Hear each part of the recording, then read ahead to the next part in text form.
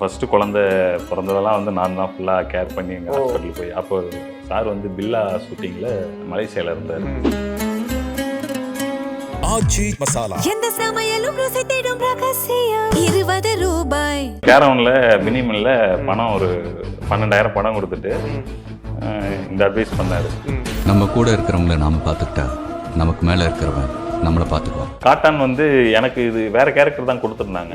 இது ஆக்சிடெண்ட்டாக அமைஞ்சது தான் இந்த கேரக்டர். மணிகண்டன் சார் வந்து அதை பாதி தான் பண்ணார். மணிகண்டன் சார் ஃபுல்லாக பண்ணியிருந்தாருன்னா என்னோட கேரக்டர் இன்னும் பூம் ஆயிருக்கு. சாமி முன்னாடி ஆடி இருக்கா. ஆனால் மணிகண்டன் சாருக்கு பெருசாக என் மேலே ஒரு உடன்பாடு இல்லை. பிரேம்குமாரோட ஒரு படம் போட்டிருக்கேன், ஃபகத் ஃபாசில், பிரேம்குமார். ஆமாம், அவங்க அப்ரூவ் இல்லாமல் நம்ம எதுவும் சொல்ல முடியாது. இந்த கெட்டப் அதுக்காக தான். இன்னொரு பக்கம் உங்களுக்கும் அஜித் சாருக்குமான ஒரு கனெக்ட் இருக்குன்றது எங்களுக்கு தெரியும். ஐ மீன் தேர் வேற கனெக்ட்.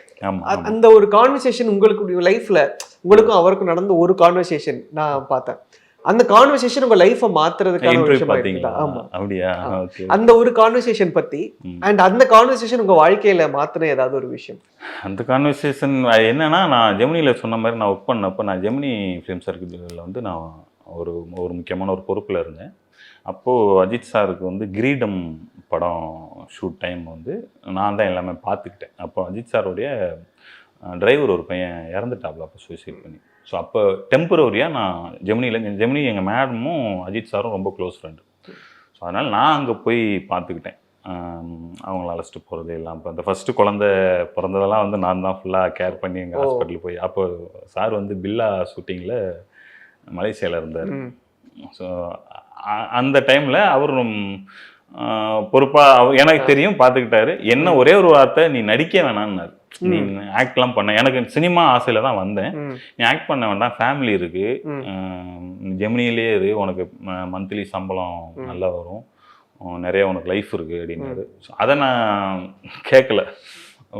பொங்கலுக்கெல்லாம் வந்து அப்போ எப்போன்னா கேரவனில் மினிமமில் பணம் ஒரு 12,000 பணம் கொடுத்துட்டு இந்த அட்வைஸ் பண்ணார்.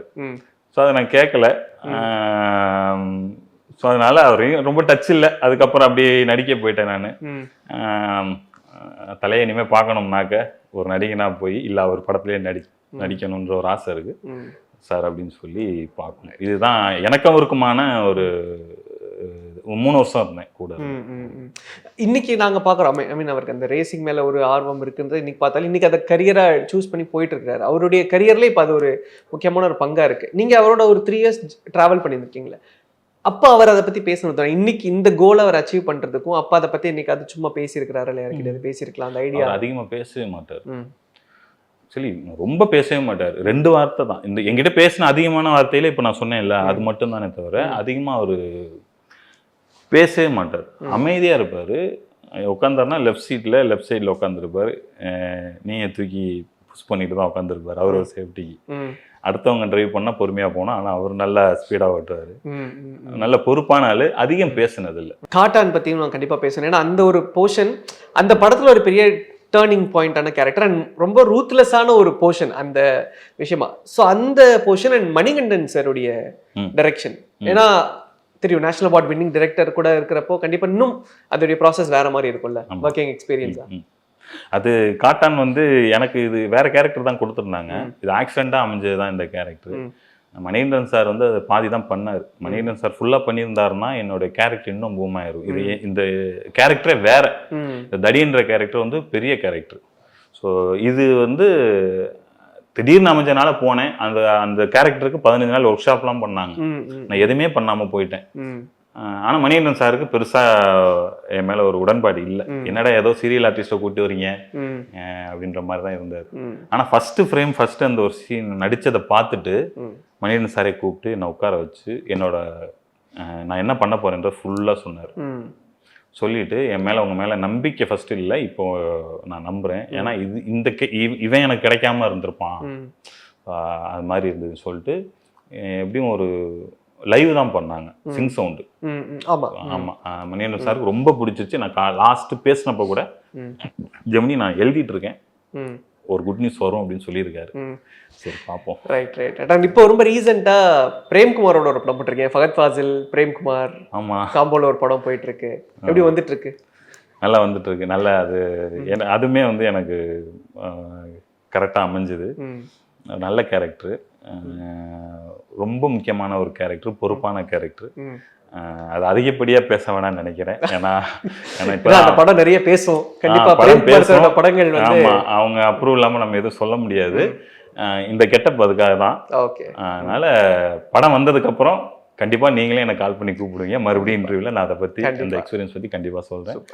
நல்லா வந்துட்டு இருக்கு படம், நல்லா வந்துட்டு இருக்கு. ஓகே. ஏன்னா ஃபகத்ன்றப்போ கண்டிப்பா அவர் மேல இன்னைக்கு தமிழ்நாட்டுல ஒரு பெரிய ஸ்பாட்லைட் இருக்கு. ஏன்னா கன்சிஸ்டண்டா அவருடைய படங்கள் மலையாளமா இருக்கட்டும் தமிழா இருக்கட்டும், அந்த ரோல் அவர் எடுத்துக்கிற ரோலுக்கு அவர் பண்ணக்கூடிய எஃபர்ட்ஸ்ன்றது ஜாஸ்தி. அண்ட் பிரேம்குமார் சாருடைய படமா நம்ம பாக்குறப்ப அந்த கேரக்டரோட டெப்த் வந்து ரொம்ப ஜாஸ்தி இருக்கும். அந்த கேரக்டர் எமோஷனலி டிரைவ் பண்ணி கொண்டு போவான். மோஸ்ட்லி அவரோட படத்துல வந்து ஒரு வில்லன், ஒரு கொடூரமான அப்படியே ரொம்ப இயல்பா ஒரு வாழ்வியல் சார்ந்து அப்படியே ஒரு ஃப்ளோல போறப்போ ஃபகதோடைய அந்த போர்ஷன் நீங்க ஒர்க் பண்றப்போ how's it like meeting with Fahadh?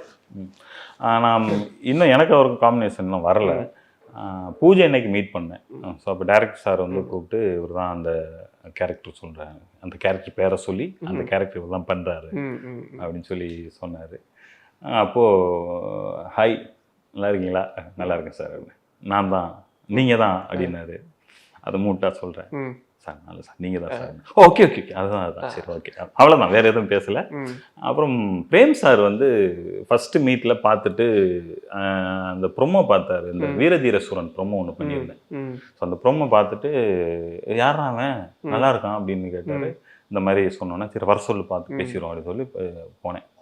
போய் பார்த்துட்டு அப்போ காட்டான் ரிலீஸ் ஆகலை, அதுக்கு முன்னாடி நடந்த ப்ராசஸ். நல்லா இருக்கான்டா, சின்ன 2 ஷாட் தான் வருது, நல்லா பண்ணியிருக்கான், கண்ணு பேசுதுடா அப்படின்னு சொல்லியிருக்காரு. நடந்தது சொன்னேன், ஏன்னா அது நேராக சொன்னார் நல்லா இருக்கு அப்படின்ட்டு. அப்போது 2.5 மணி நேரம் அவருக்கு நான் எதிர்பார்க்கவே இல்லை. டைரக்டர் கூப்பிட்டா பேசுவாங்க, கேரக்டர் சொல்லுவாங்க, இப்படி நடிங்க, அசோசியேட்டை பாருங்க அப்படின்னு சொல்லுவாங்க. எனக்கு 2.5 மணி நேரம் ஆச்சு அவர் கூட ஸ்பெண்ட் பண்ணார். ஃபர்ஸ்ட் 1.5 மணி நேரம் என்கிட்ட ஆப்போசிட் பேசிட்டே இருக்காரு. பேசிட்டு இப்படி பேச அப்படியே ஊருக்கு போயிடுச்சு. அவரு நேட்டிவ் தஞ்சாவூர், நான் தஞ்சாவூர். ஸோ பேச அவரு என் பக்கத்து வீடு, பக்கத்து தெரு 96 கதைகள் பேசியிருக்கீங்க போல. ஆமா, அந்த கிட்டத்தட்ட. அப்புறம் இந்த திருவையாறு ஆறுனாரு, கொள்ளிடம்னாரு, கல்லணன்னாரு, கள்ளப்பெரும்பூர், அதெல்லாம் நாங்கெல்லாம் குளிச்ச இடம், நாங்க வந்து குளிச்சிருக்கோம். இப்படியே ரொம்ப க்ளோஸ் ஆகி பேசி எனக்கு தெரியல. நானும் அப்படியே ஒரு மாதிரி கார்த்திக் அரவிந்த் சாமியா மாறிட்டோம்.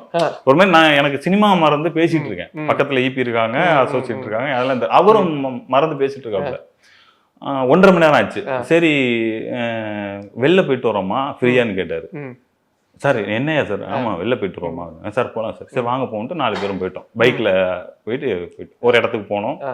போயிட்டு அங்கே 1 மணி நேரம் போயிட்டு சரி ஓகே ஆல் தி பெஸ்ட், நீங்கள் ஃபிக்ஸ் பண்ணிட்டோம் உங்களை, மற்றபடி எல்லாம் ஃபோன் கேட்டால் என்னை அப்சர்வ் பண்ணியிருக்காரு 2.5 மணி நேரம். ஓகே. என்ன 2.5 மணி நேரம் என் கூட 1.5 மணி நேரம் உட்காந்து பேசி அடுத்த 1 மணி நேரம் வெளியில் ட்ராவல் பண்ணி அப்சர்வ் பண்ணி கை கொடுத்து அனுப்பிச்சிருக்காரு. எனக்கு சரி அது இன்னும் பொறுப்பு அதிகமாக இருந்தது எனக்கு அந்த இடத்துல. சரி அப்போ அதில் நான் புரிஞ்சுக்கிட்டேன் இந்த கேரக்டர் எப்படியா இருக்கும், என்ன பண்ண போறாங்க. ஒரு மனுஷன் 2.5 மணி நேரம் நம்ம கூட ஸ்பெண்ட் பண்றாப்லன்னா அப்போ இது எப்படி இருக்கும், அப்போ நம்ம இதுக்கு நம்ம என்ன எஃபெக்ட் போடணும்.